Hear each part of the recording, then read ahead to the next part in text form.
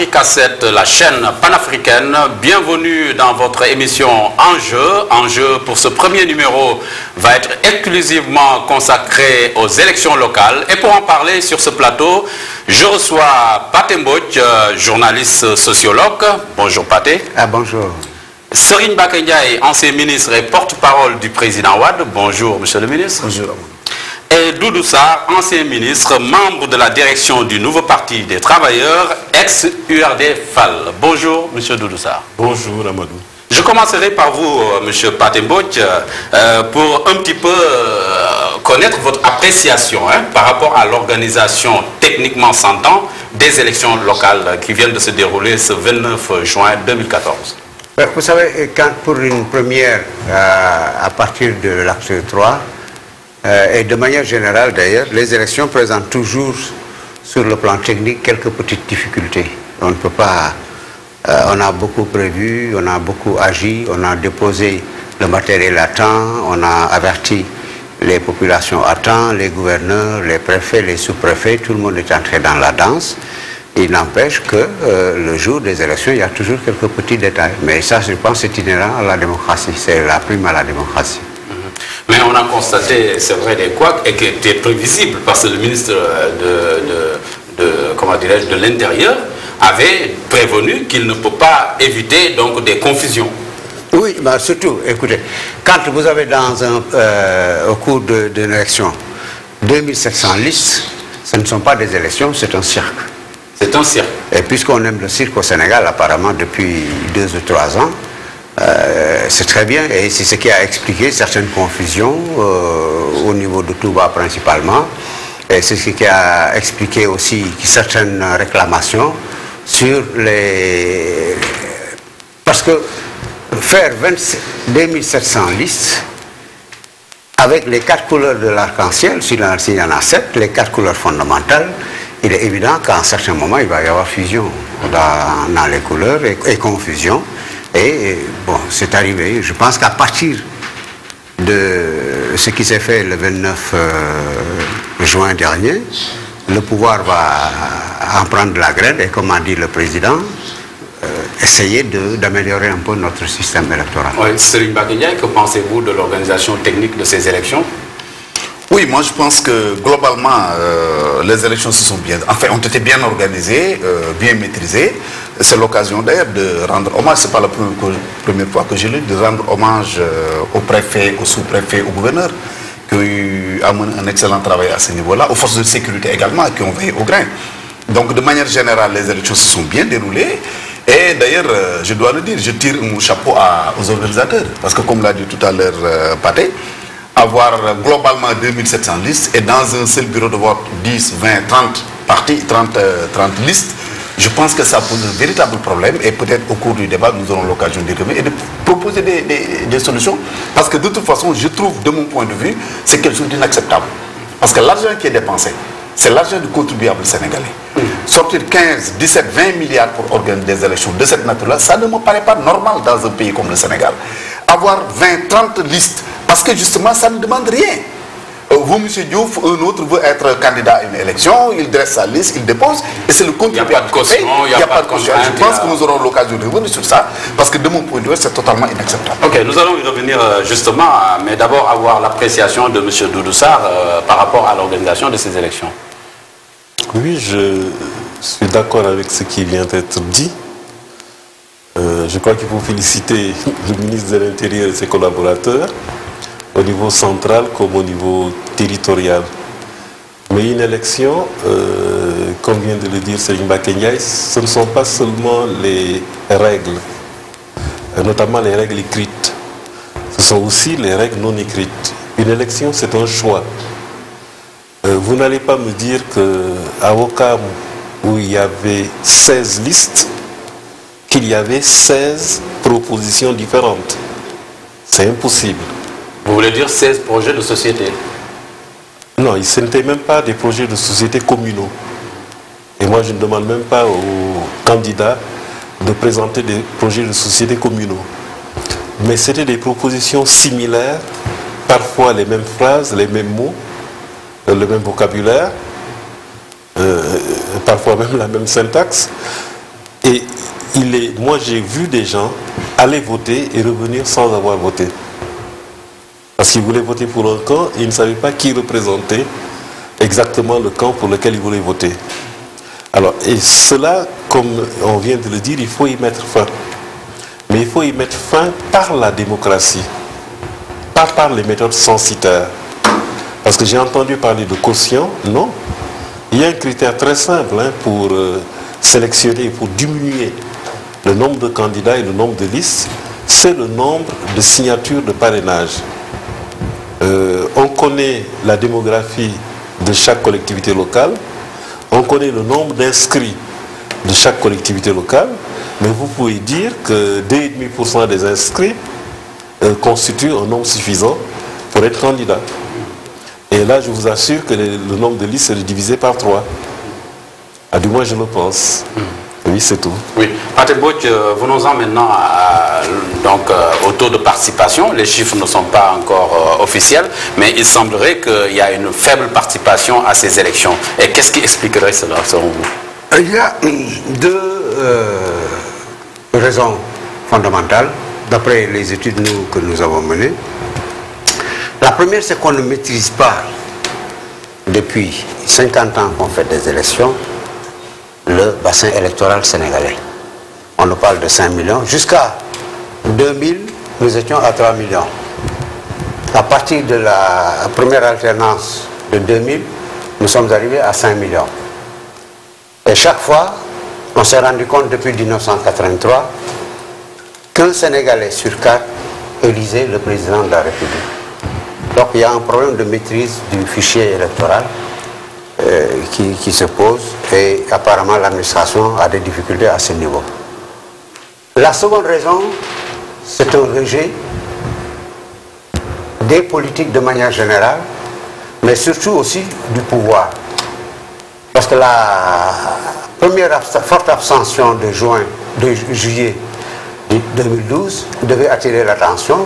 55% en juillet 2012, à peu près 70% en juin 2014. Comment, après avoir élu un président au mois de mars à 65%, on se retrouve avec 55% de non-participation et 2 ans après, avec 70% de non-participation. Il y a un malaise que tout le monde connaît depuis 2 ans, depuis le Famaki. Vous voulez dire que les Sénégalais sont quelque peu désintéressés ou déçus? Ils ne sont pas désintéressés. Je pense qu'au niveau de l'APR, par exemple, la majorité n'a pas cru nécessaire d'aller voter pour ne pas se sanctionner. L'autre minorité qui est allée voter n'a pas voulu avaliser les choses qui se sont faites et a préféré jouer en fonction de ce défilé. Et il y a une troisième raison, il y avait des difficultés d'identification des listes. Vous avez, tout va, c'est 50-50. Le vote blanc, apparemment, la moitié des électeurs à Touba ne sait pas voter. Mais quand on dit que le Premier ministre elle-même ne sait pas voter, on peut comprendre qu'à Touba, on ne sache pas voter. Et que donc, il y a eu 55% de bulletins blancs. Mais dans les autres trucs, vous savez, nous sommes une société du signe. Quand Doutsar est candidat sur une liste, c'est Doutsar qu'on connaît. Je veux Kayitou Doutsar, analyse sous Serigne Bakengay. Mais vous venez, vous trouvez, moi dans mon bureau de vote des Parcelles Assainies, il y avait 16 listes qui étaient à peu près identiques à certains niveaux. Tahaou Sané Ndakarou et je sais pas, la liste des PS, la liste des Verts, c'est à peu près les mêmes qui. Mais on n'identifie personne. Quand on n'identifie personne, le choix devient difficile et je comprends. Il n'y a pas de photo, il n'y a pas une image. De ça, que des gens veuillent voter, n'ayant vu personne, ne reconnaissant pas leur choix, ils aient préféré s'abstenir ou voter blanc. Ce sont ces raisons-là. Mais la raison fondamentale, c'est qu'il y a un malaise des populations sénégalaises qui ont voulu avertir tous les signes qui se sont déroulés depuis 2 ans, avertissent le président sur un certain malaise. Ce qui donne une vitalité à la démocratie, c'est qu'au moins tous les partis, en tout cas les majors émerge, à la différence de l'AFP. Le PS résiste, mais surtout le PDS. Et bon, c'est peut-être mieux comme ça. Oui, Serigne Mbacké Ndiaye, votre explication par rapport à cette faible participation des Sénégalais, et comme M. le ministre Doudou Sarr l'a dit tout à l'heure, est-ce qu'il ne faudrait pas revoir le système électoral? Oui, tout à fait. D'ailleurs, j'enchaîne sur cette suggestion, cette proposition de Doudou, que je suis entièrement d'accord avec lui.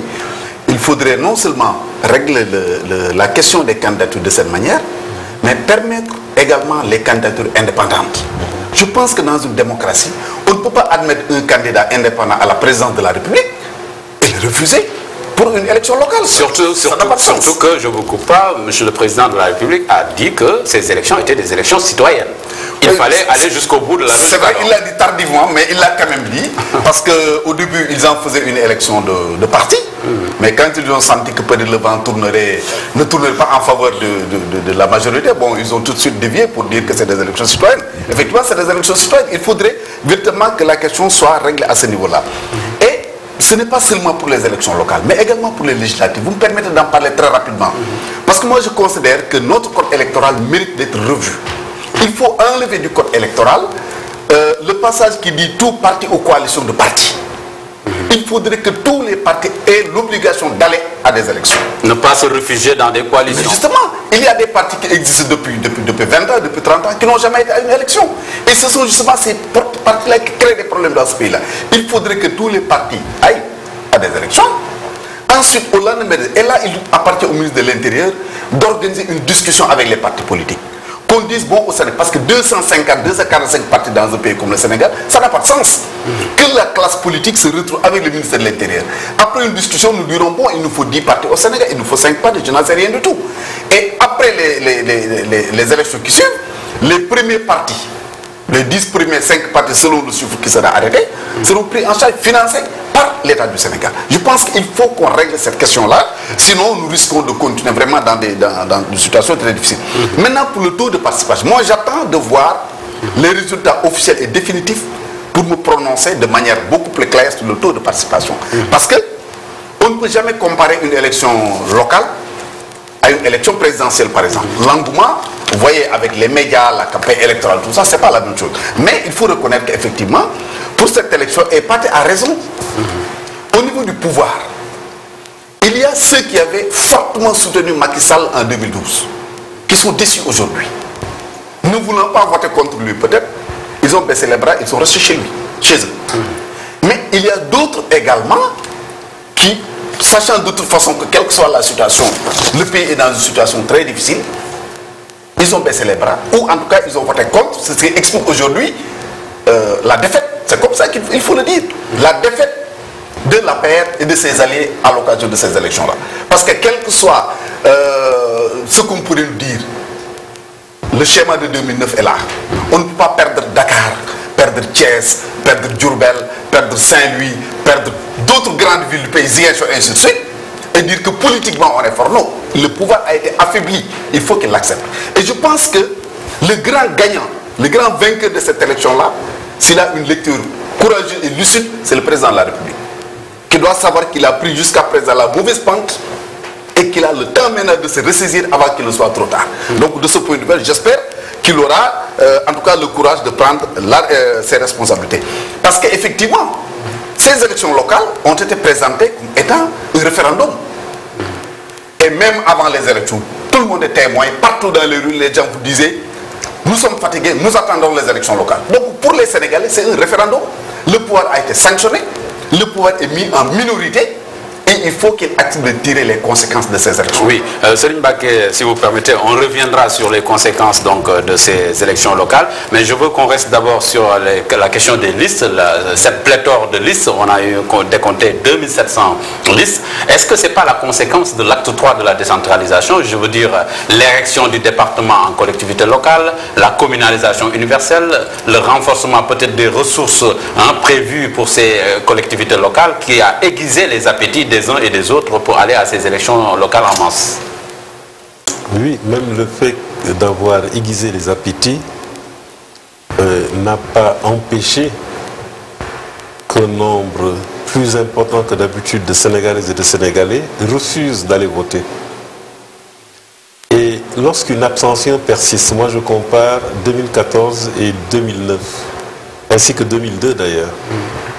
Lorsqu'une abstention persiste et s'aggrave, en l'occurrence, il faut la prendre pour ce qu'elle est. Nous ne sommes pas la France, nous ne sommes pas les États-Unis, nous ne sommes pas l'Allemagne, nous sommes le Sénégal. Nous ne sommes pas un vieux pays de démocratie. Nous sommes une jeune nation en construction. Donc l'abstention au Sénégal n'a pas la même signification que dans ces pays-là. Là-bas, on peut être blasé. Ici, on n'a pas le temps, on n'a pas eu le temps d'être blasé. Donc l'abstention est une attitude. Et une attitude de plus en plus explicite, elle n'est pas passivité. L'abstention, pour moi, c'est un vote. Et c'est le vote majoritaire. Comment l'interprétez-vous? Mais il faut regarder et parler avec ceux qui s'abstiennent. Des franges parmi les plus éclairées de notre société s'abstiennent. Des intellectuels s'abstiennent, des artistes s'abstiennent, des universitaires s'abstiennent, des dirigeants syndicaux s'abstiennent, des dirigeants d'organisations de jeunesse, de femmes, de paysans, d'éleveurs s'abstiennent. Qui sont-ils? Ce sont ceux-là qui, au quotidien, en dehors des périodes électorales, dirigent le combat du peuple sénégalais. Donc ceux qui, au jour le jour, combattent en première ligne, au devant du peuple sénégalais, pour ses revendications, pour les revendications de chaque secteur, ce sont ceux-là qui s'abstiennent. Mais ça veut dire quelque chose, parce que ceux-là ne sont pas passifs. Ça veut dire que le terrain extra-électoral est en train de prendre le pas sur le terrain électoral. Mais ça veut dire que s'ils sont dans l'impasse et que dans leur stratégie de survie, ils ne trouvent pas d'issue, ils s'imposeront aux institutions. C'est cela que ça veut dire. Nous n'avons pas assez appris du 23 juin 2011. Ils s'imposeront aux institutions. De quelle manière? Mais je vais le dire. Le 23 juin 2011, tout le monde a entendu Wade dégage. Et personne n'a voulu écouter. Wade est politicien traditionnel ou classique dégagé. Ce n'était pas Wade seulement qui était interpellé le 23 juin. C'était tous les politiciens classiques, quel que soit leur âge. Donc une bonne partie de ceux qui sont au pouvoir aujourd'hui. Ne l'oublions jamais. Comme ils l'ont fait le 23 juin, si on ne trouve pas d'issue aux problèmes les plus immédiats, ils le referont. Parce qu'encore une fois, ils ont l'expérience et de l'organisation et de l'action collective. Et donc ceux-là n'ont pas été attirés par les ressources additionnelles qui seront dévolues à nos nouvelles collectivités locales ou aux anciennes qui ont changé de nom. Mais je vous signale que s'il y avait une moyenne de 5 listes par collectivité locale, nous en serions aujourd'hui à plus de 3000 listes.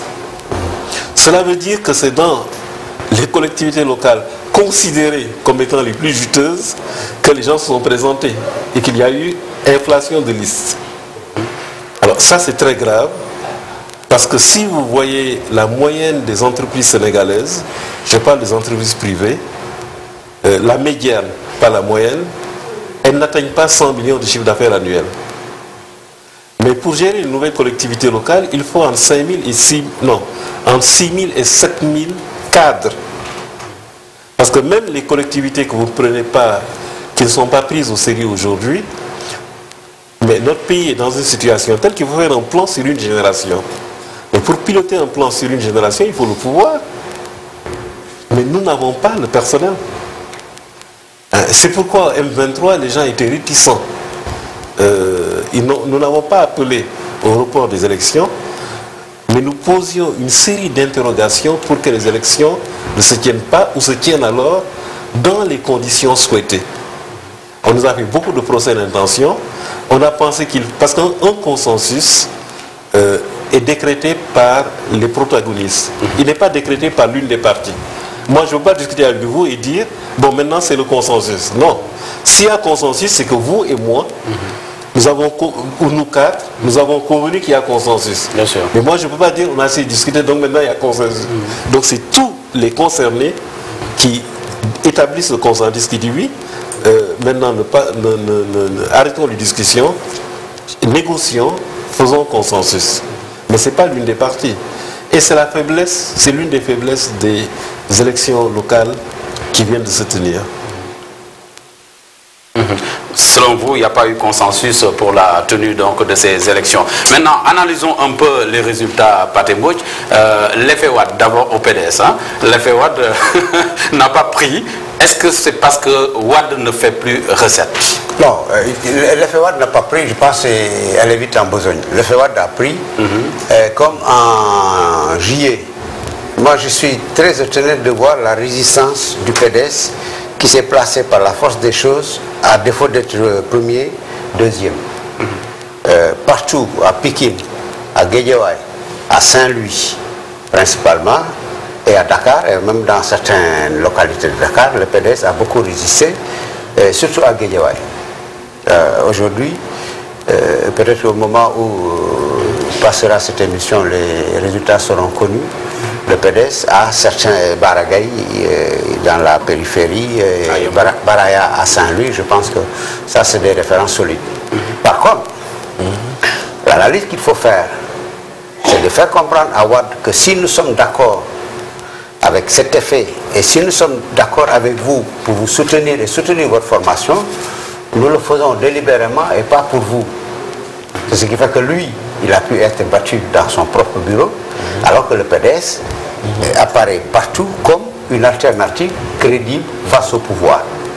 Il y a, je pense, cette première lecture qu'il faudrait comprendre de l'effet Wade. L'effet Wade est toujours là. Je pense que ce serait se tromper que d'enterrer trop vite le président Wade. Le vieux Wade, je pense qu'il faut voir d'ailleurs son arrivée le 25, c'est tourné. Les foules qu'il y avait, l'hystérie autour de cette foule courant derrière pour comprendre que le vieux fait toujours recette. Par contre, l'interprétation qu'il faut en faire, est-ce que ce message lui est adressé à lui? Non, parce que lui, il est battu. Mais ce message est adressé au pouvoir et c'est pour ça que le PDS parvient à faire de la résistance au niveau de l'électorat pour s'imposer. Bon, j'ai entendu dire qu'ils sont en train de négocier à Saint-Louis pour coûte que coûte permettre au gendre du président de passer et que l'autre prendrait le ministère de la Pêche. Bon, mais ça c'est des rumeurs qui nous viennent... on l'aurait négocié sur le dos des Saint-Louisiens. Mais si on ne prend pas Wade pour ce qu'il est, on prend Wade pour ce qu'il représente. C'est-à-dire sa formation, son combat politique, et ce combat politique se fait au niveau de la représentativité du PDS. Serigne Mbacké Ndiaye, vous êtes le porte-parole du président Wade. Wade fait-il toujours recette? D'abord, je rectifie quand on dit Wade a été battu dans son bureau. On bat un candidat. Il n'est candidat nulle part. Donc Wade n'est pas battu. Il est allé comme n'importe quel Sénégalais mettre son bulletin dans l'urne et partir. J'aimerais bien d'ailleurs comme si Macky Sall a été battu lui aussi dans son bureau de vote ou pas. Je n'en sais rien. Donc quelqu'un qui n'est pas candidat ne peut pas être battu. Il faut qu'on rectifie. Deuxième chose, je dis formellement qu'il n'y a pas de négociation de quelque nature que ce soit pour permettre à quelqu'un d'entre nous d'être ministre ou de lâcher. Vous voulez parler de Saint-Louis exactement? Oui, parce qu'il a parlé effectivement. Ouais. Je dis formellement, il n'y a pas une quelconque négociation. Officiellement pour le PDS? Officiel, il n'y a pas. Je suis formel. Nous avons été à des élections. Nous pensons que nous avons gagné ces élections-là. Sur la base des chiffres que nous avons, si nous avons gagné, cette victoire sera confirmée. Si nous n'avons pas gagné, bon, on nous prouvera que vous n'avez pas gagné. Ça, c'est clair. Maintenant, sur l'effet Wade, je pense que ça, il n'y a même pas de discussion à ce niveau-là. Non seulement parce que Pathé parle de résistance du PDS, mais le PDS fait mieux que de la résistance. Ah oui? Ah oui, absolument. Le PDS a gagné aujourd'hui des collectivités locales qu'il n'a jamais gagné. Prenons le cas de la région de Diourbel. Le PDS gagne dans la commune de Diourbel, gagne le département de Diourbel, gagne le département de Mbacké, conserve la commune de Bambey. Allez dans la banlieue, à Pikine par exemple, où nous avons aujourd'hui 6 ou 7 collectivités locales que nous avons déjà gagnées. Il a parlé de Guédiawaye. Prenez le cas de Saint-Louis. En 2007, 2009, pardon, nous avons été laminés, malgré la présence de 7 ministres d'État, nous avons été laminés. Aujourd'hui, le PDS a gagné. Et même si le PDS n'avait pas gagné aujourd'hui à Saint-Louis, les résultats prouvent effectivement que le PDS a pris une avance par rapport à ces résultats de 2009. Ensuite, il y a le soutien d'Abdoulaye Wade. Et ça, je profite de l'occasion encore une fois pour le remercier d'avoir eu cette clairvoyance Et quand je dis, M. le Président, pourquoi vous pensez soutenir certains candidats qui ne sont pas dans notre parti? Vous l'avez vu à Podor, au côté d'Aïssata Tall Sall. Oui. Il a soutenu Khalifa Sall à Dakar. Il a soutenu Moussa Sy aux Parcelles Assainies. Il a soutenu Abdoulaye Baldé. Quelle lecture en faites-vous? Justement, il m'a dit, d'abord, c'est des valeurs sûres qu'il faut protéger. Deuxièmement, il me dit, toute ma vie durant, j'ai lutté contre l'injustice. Et je constate que ces garçons-là, ces Sénégalais-là, sont aujourd'hui victimes d'injustice. Il les a soutenus sans rien demander en contrepartie. Il devait le faire, il l'a fait. Donc, encore une fois, le PDS fait mieux que de résister. Le PDS est en train de se repositionner et de se préparer à reprendre le pouvoir qu'il avait perdu en 2012. Doudou Sarr, est-ce que vous êtes aussi convaincu que Serigne Mbacké Ndiaye? Non, pour une fois, non. Il ne peut pas. Non, mais je vais vous dire, moi, au moment du dépôt des listes, j'avais fait la remarque suivante. J'avais l'impression que j'étais certain d'abord de la défaite politique. Je vais faire la distinction entre une défaite politique et une défaite électorale. L'APR est présente dans la totalité des collectivités locales. Et l'APR est présente plusieurs fois dans chacune des collectivités locales. Le PDS est présent dans le tiers des collectivités locales. Au lendemain des élections de 2012, le PDS était le premier parti du Sénégal. L'un des résultats que nous allons avoir... Il est encore. Attendez, l'un des résultats que nous allons avoir aujourd'hui, c'est que l'APR double le PDS. Ah oui? Ah oui. Ça, mais je ne sais pas sur quoi pour le dire? Non, attendez, je ne sais pas pourquoi les gens ne s'en rendent pas compte. Moi, je m'en suis rendu compte au moment du dépôt des listes. Il n'y avait pas encore d'élection. Le PDS était au pouvoir en 2012, il y a 2 ans. Oui. Le parti qui était au pouvoir il y a 2 ans n'est pas présent comme candidat dans plus de 2/3 des collectivités locales. Il n'est pas présent. C'est pas exact ça. Je vous assure. Non, vous aurez l'occasion d'apporter des précisions. S'ils ne sont pas d'accord aujourd'hui, ils seront d'accord après-demain. Continuez s'il vous plaît. Mais ça, ça veut dire que ça, c'est le travail de la direction du PDS. C'est la direction du PDS qui dit, bon, là, je ne serai pas présent. Je n'étais pas aux réunions de la direction du PDS, mais je constate que très loin des élections locales précédentes, le PDS ne prétend pas conquérir, parce que vous pouvez ne pas être maître dans une collectivité locale, mais vouloir la conquérir. Ça, c'est le premier constat. Le deuxième constat, c'est que contrairement à la référence qu'on brandit, contrairement à la France, puisque c'est souvent elle qu'on brandit, l'APR ne détient que l'ultra-minorité, je ne dis pas la minorité, que l'ultra-minorité des collectivités locales. Donc avant qu'on aille voter, c'est cela la situation. Avant qu'on aille voter. Bien sûr. L'APR ne peut pas perdre ce qu'elle ne détient pas. Ce n'est pas un jeu de mots. L'APR ne peut que conquérir ou ne pas conquérir.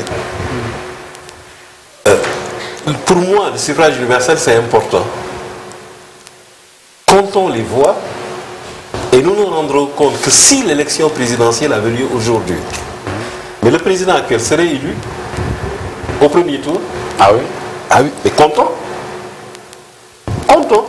Vous voulez dire que l'APR est majoritaire? Le premier tour, c'est 50% plus 1. Maintenant, prenons le cas de Fatick. Comment vous comptez les voix à Fatick? Vous vous contentez de compter les voix de Matarba. Vous ne comptez pas les voix du cadre républicain qui a fait sa liste et qui est arrivé deuxième. Il n'est pas à faire.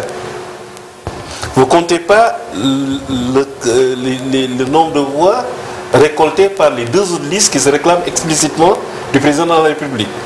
Vous ne comptez pas, mais ça vous en avez le droit, le cas de la liste qui ne se réclame pas officiellement du président de la République, qui s'en réclame officieusement. Moi, c'est ces choses-là que je note. Maintenant, pour rassurer mes interlocuteurs, je ne suis pas fou. Il y a bien une défaite politique du président de la République. Mais ne faisons pas l'erreur de 2009. En 2009, voilà essayé une défaite politique. Il n'a jamais essayé une défaite politique. Mais le PDS était encore majoritaire. Mais largement en voix. Et les gens l'oublient, mais il était majoritaire en nombre de conseillers. En nombre de conseillers. Cette fois-ci, faisons attention. L'APR risque d'avoir la majorité relative en nombre de conseillers. Moi, je parle des partis. Je ne parle pas encore des coalitions. Le PS va monter. Le PDS, par rapport à ce qu'il avait, va perdre. Par rapport à ce qu'il avait. Okay. Mais ça, c'est des constats quand même que je voudrais que nous fassions ensemble. Mais que nous ne confondons pas deux choses. Le fait qu'il y ait opposition entre la liste de Khalifa Sall, qui s'est présentée comme liste de ville, dans les communes, quand les gens allaient voter, ils n'allaient pas voter pour le candidat maire de la commune, ils allaient voter pour Khalifa Sall. Le fait que de l'autre côté, il n'y ait pas eu d'alternative. Personne n'a fait de campagne dakaroise.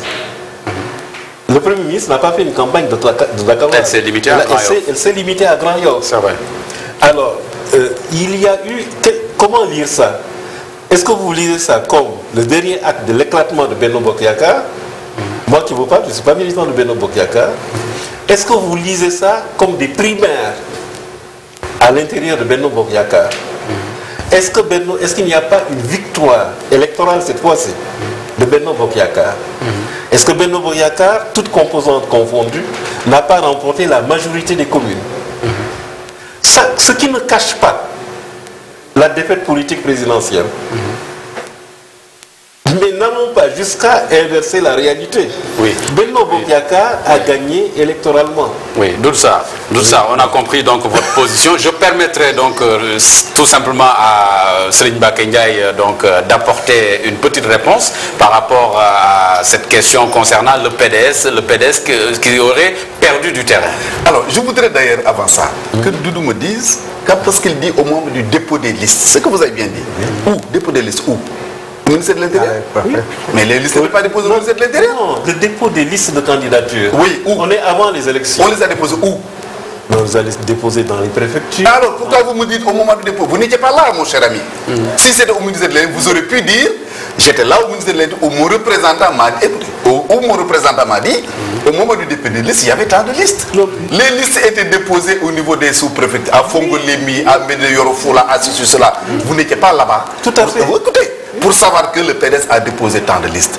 Je vous défie. Je vous défie parce que vous parlez de 2 tiers. Je vous défie de me présenter 50 collectivités locales sur lesquelles le PDS n'est pas représenté. Mais c'est quoi la carte électorale? C'est quoi la carte électorale du PDS? Attendez, par rapport à ces élections locales. Alors, nous avons plus de 600 collectivités locales. Donnez-moi 50 collectivités locales dans lesquelles le PDS n'était pas représenté. Collectivités locales. Donnez-moi 50 collectivités locales dans lesquelles le PDS n'était pas représenté. Donnez-les-moi. Il y a eu des listes qui ont été forecloses. Non, écoutez. À certains endroits. Donnez-moi 50 collectivités locales à travers le pays, Doudou, c'est à vous que je parle, où le PDS n'avait pas de liste. Je ne peux pas vous les donner tout de suite. Donc, il ne faut pas en parler, parce que ça n'existe pas. Alors, maintenant, le fait de me dire, l'APR a gagné. Je pense, n'allons pas vite en besogne. Non, je n'ai pas dit ça. Enfin, ce que j'ai compris, parce que vous m'avez dit... Ce que j'ai compris, c'est que l'APR a progressé parce que l'APR était à la conquête de collectivités locales. L'APR n'avait pas de collectivités locales. l'APR avait des collectivités locales justement en 2009. Oui, peut-être pas. Il avait des collectivités locales. Ouais. Alors, si vous considérez que l'APR a progressé, je vous le conseille, vous n'avez pas dit qu'elle a gagné, il a progressé. Parce qu'il n'avait pas certaines collectivités locales. Considérez de la même manière que le PDS a gagné, a progressé. Je vous ai donné des exemples de Diourbel où le PDS n'avait pas gagné en 2009, que le PDS a gagné aujourd'hui, et d'autres collectivités locales. Donc, je pense, vous parlez de la montée du PS, je l'accepte. Mais la montée du PS doit faire réfléchir justement le pouvoir actuel. Le PS est dans la mouvance présidentielle. Le PS va présenter un candidat en 2017. Le PS est en train de s'engraisser dans le pouvoir pour battre Macky Sall en 2017. C'est clair. Donc que le PS progresse, moi ça ne me dérange pas du tout. Mais ça doit vous faire réfléchir, vous qui êtes du pouvoir. La montée du PDS, elle est évidente. L'apport de Wade est là, a permis encore une fois, et je vous le dis en passant, si Abdoulaye Wade était au Sénégal 2 ou 3 mois avant les investitures pour un meilleur management du parti, le PDS aurait fait très mal à ses adversaires. C'est là où peut-être, il faut le dire très honnêtement, qu'on a péché. Mais dans l'ensemble, nous reconnaissons que nous avons fait de très bons résultats. Nous aurions pu mieux faire. Nous constatons que le pouvoir a essuyé un échec lamentable. Parce que quand même, si vous êtes du côté du pouvoir, si vous êtes avec le président, il faut avoir le courage de le regarder les yeux dans les yeux et de dire, monsieur le président, vous avez échoué.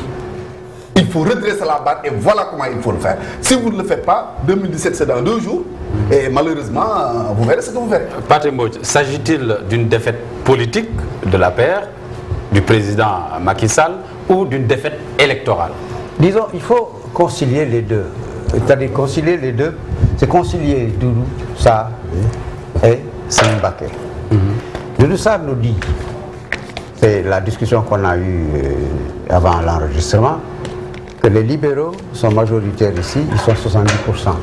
C'est dans cette même logique qu'ils considèrent que l'APR aujourd'hui s'est engraissée. C'est-à-dire en partant des dissensions internes, de la segmentation de l'APR, parce que Matar Ba a un adversaire que le président attend, c'est ce matin, en lui disant, bon, vous avez été à l'origine de la chute globale de l'APR elle-même. Mais les démembrements de l'APR de sa part ont permis globalement de recoller le morceau sur le plan quantitatif, mais pas sur le plan qualitatif. Tout à fait. Mais ces démembrements sont déjà un défi à l'ordre de l'autorité du président de la République. Et je crois la remise en cause de la parole du président, qui avait d'abord dit qu'il est hors de question de s'allier à nos ennemis, cette remise en cause est une remise en cause de l'autorité du président de la République. Pendant ces élections, le président a perdu du poids moral, du poids électoral, du poids par rapport à ses propres alliés.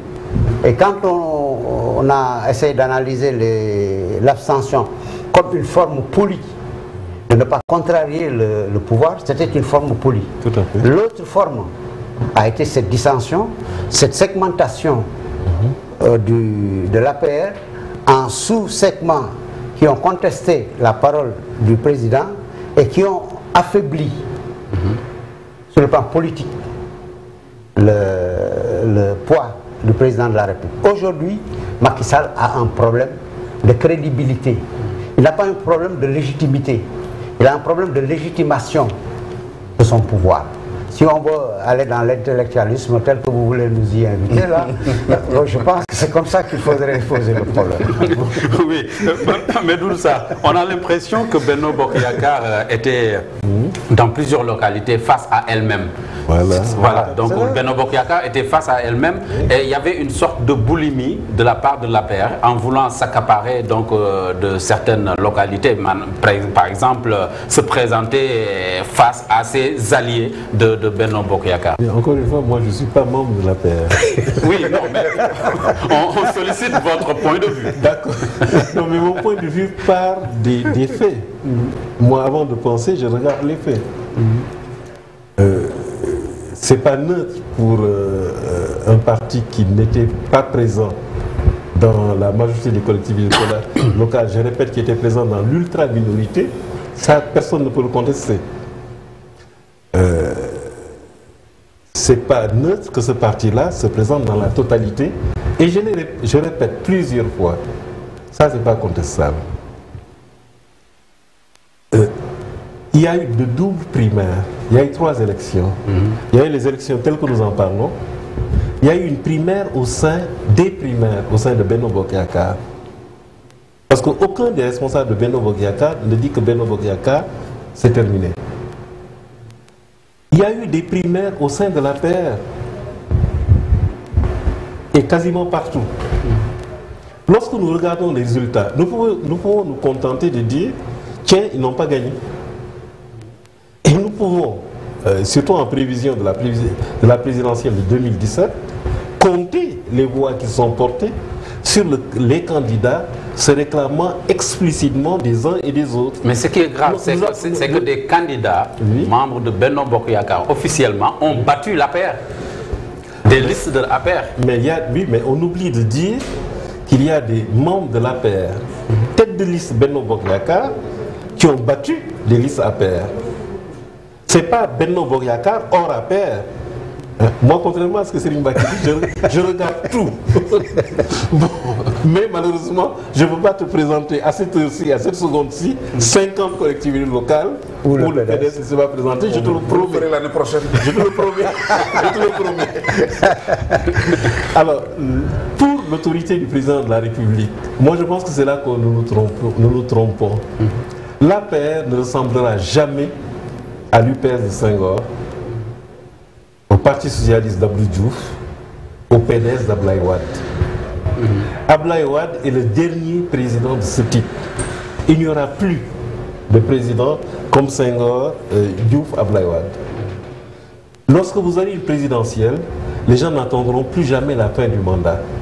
Ils interpelleront de façon ininterrompue les présidents en exercice, même quand ils sont membres du même parti que lui. Moi, encore une fois, j'écoute tout le monde.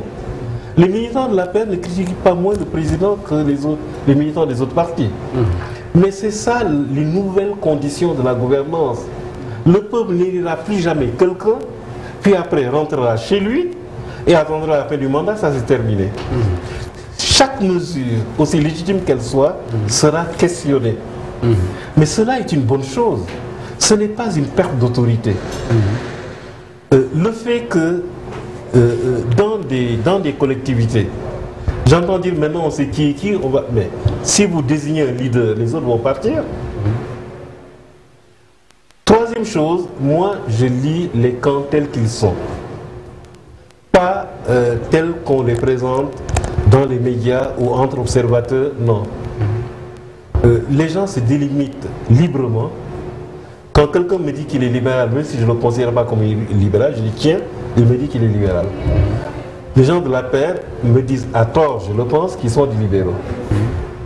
Les gens du PDS me disent à tort, je le pense, qu'ils sont des libéraux. Les gens de Bok Gisgis, les gens de l'UCS de Baldé me disent qu'ils sont des libéraux. Mais moi, je n'insulte pas le vote des citoyens sénégalais. Combien de gens ont voté pour ceux qui se déclarent libéraux? Moi, je suis du camp de ceux qui pensent que... Mais les libéraux réunis ont la majorité écrasante au Sénégal.